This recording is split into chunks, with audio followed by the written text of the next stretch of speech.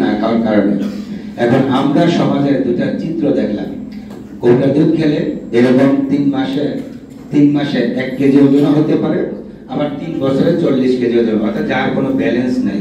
অর্থাৎ balance diet, balance খাবারের জন্য মায়ের বুকের দুধের বিকল্প কোনো চিন্তা করার সুযোগ আমাদের সামনে নেই। এই মুহূর্তে আমি আমাদের মাননীয় প্রধান অতিথিকে অনুরোধ করব আমাদের উদ্দেশ্যে কিছু বলবেন এবং আমাদের সাংবাদিক ভাইদের জন্য একটা দিক নির্দেশনা থাকবে, যেন আসলে আমরা যেন যেই আন্দোলন নিয়ে নেমেছি এই আন্দোলনের জন্য আপনারা একজন অংশীদার, আমরা যে এক, আপনারা আমরা এক, এটা প্রমাণ করে দেওয়ার জন্য এই খবরটুকু একটু প্রচারের ব্যবস্থা করে দেওয়ার জন্য আপনার কাছে বিনীত অনুরোধ জানাই।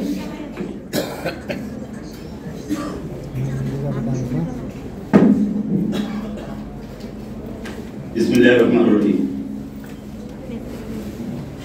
বাংলাদেশ নিউনেটাল ফোরাম আয়োজিত আজকের সংবাদ সম্মেলনে সম্মানিত বিশেষজ্ঞগণ এবং উপস্থিত আমার সহকর্মী ভাই বোনেরা, আসসালামু আলাইকুম।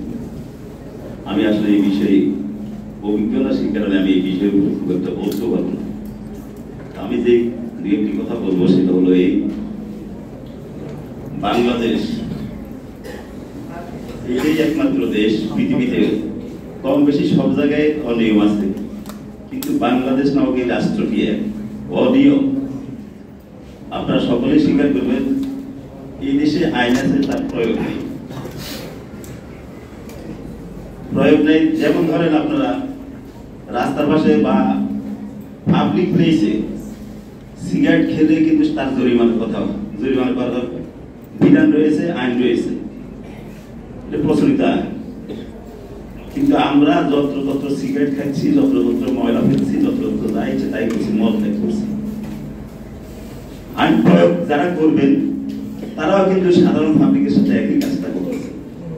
সুতরাং এখানে আইন আছে, আইনের কোনো প্রয়োগ নেই।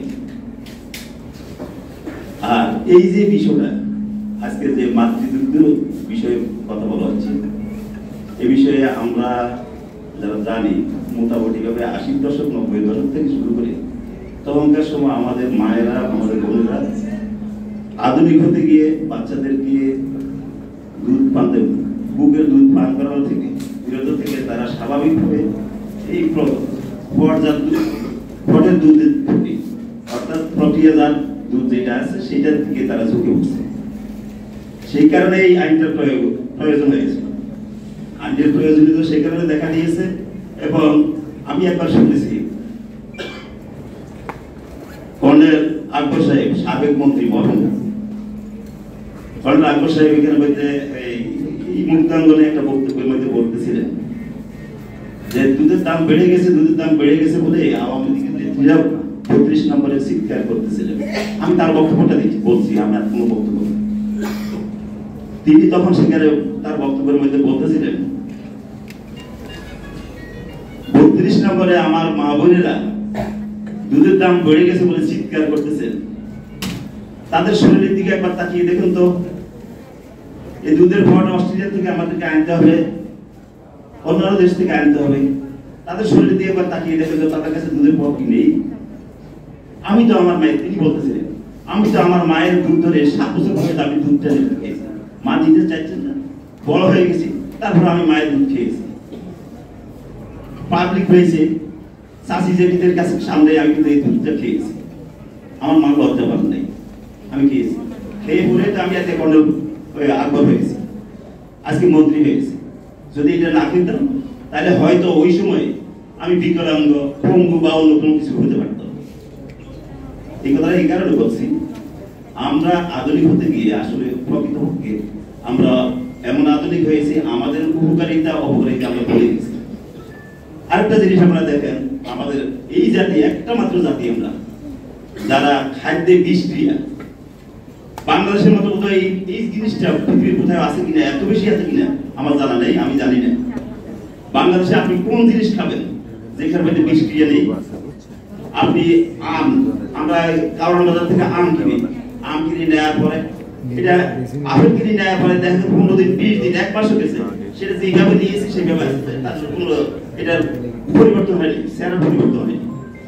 অথচ পচনশীল পণ্য কিন্তু এটা বসে না। তারপর আম কিনে দিচ্ছি, আমের উপর দিয়ে কত সুন্দর রং, ভিতরের মধ্যে সেটা একদম সিদ্ধ হয়ে গিয়ে গন্ধ হয়ে আছে। কলা খাবেন, কলা তো পুষ্টিকর জিনিস, কলা খাওয়ার জন্য বারবার বলা হচ্ছে।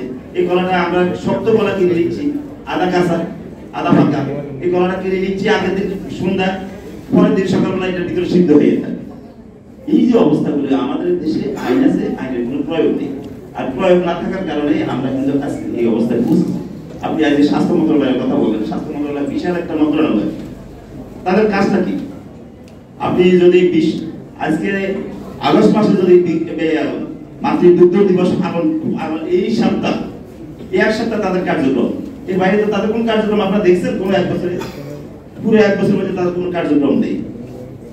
কেন নেই? তারা ওই এই সময় কিছু এনজিও আসে, এনজিও এসে টুকটাক কিছু কাজ কর্ম দেখায়, তাদের কাছ থেকে ফান্ড নিয়ে নেয়, এবং এখানে মধ্যে তাদের মালিক কাটি, তাদের নিজস্ব একটা অংশ থাকে, আর ওদেরকে একটা অংশ দিয়ে তারা এই সমস্ত কাজগুলো করে। আসলে দেশের জন্য, জাতির জন্য, মানুষের সেবা করার জন্য এখানে মধ্যে আইন আছে, প্রয়োগ নেই। এই মানুষের জন্য কারো কোনো কমিটমেন্ট নেই, কমিটমেন্ট না থাকার কারণে আজকে এই অবস্থা। সেই কারণে আমরা সাংবাদিক, আমরা পেশাজীবী হিসেবে আমরা এই প্রফেশনে যারা আছি, আমাদের একটা কমিটমেন্ট আছে জনগণের প্রতি। আমরা এই কমিটমেন্ট নিয়ে কিন্তু এই প্রফেশনে এসেছি।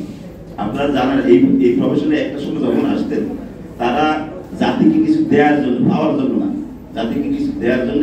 আমি দেখেছি 90 দশক পর্যন্ত এটা একবারেই তাদের একটা কমিটমেন্ট ছিল, কমিটমেন্ট অনুযায়ী তারা কাজকর্ম করেছিলেন।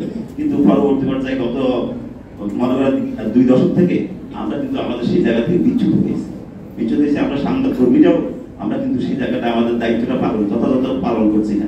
আজকে স্বাস্থ্য বিষয়ে যদি এই সমস্ত বিষয়গুলো যদি আমরা পত্র পত্রিকায় প্রতিনিয়ত যদি আমরা এই সমস্ত প্রচার প্রপাগান্ডা চালাতাম, তাহলে হয়তো কর্তৃপক্ষ যারা আছে, সরকারে যারা আছে, তাদেরও নজরে আসতে পারতো, এবং সাধারণ নাগরিক কিছু না কিছু সচেতন হতো। আমরা আমাদের দায়িত্ব জায়গা থেকে আমরা সর্বতভাবে শুধু এই মাতৃদুগ্ধ না, এই বিষক্রিয়াজাত খাদ্যদ্রব্য যেগুলি আছে এই বিষয়ে বলেন। একটা সময় রঘুনন্দলা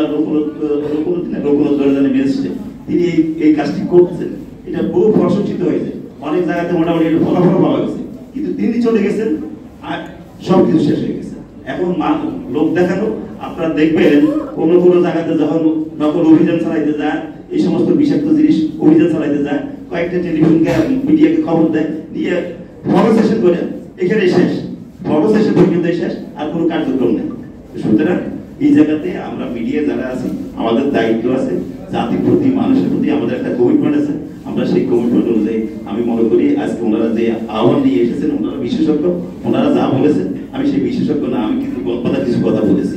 সেটা হলো যে আমরা আমাদের জায়গা থেকে আমরা এই সহযোগিতা করতে পারি, জনগণের সচেতনতার জন্য আমাদের এই কার্যক্রমটা কন্টিনিউ আমাদের অব্যাহত রাখতে হবে। এইটুকু আহ্বান থেকে আমি আমার বন্ধুদের প্রতি এটা আবারও আহ্বান জানাচ্ছি, আপনারা প্রত্যেকের জায়গা থেকে অন্ততপক্ষে বছর ব্যাপী আমরা আমাদের এই কার্যক্রম অব্যাহত রাখবো, আমাদের এই প্রচারণা অব্যাহত রাখবো। তাতে জাতি উপকৃত হবে, দেশ উপকৃত হবে।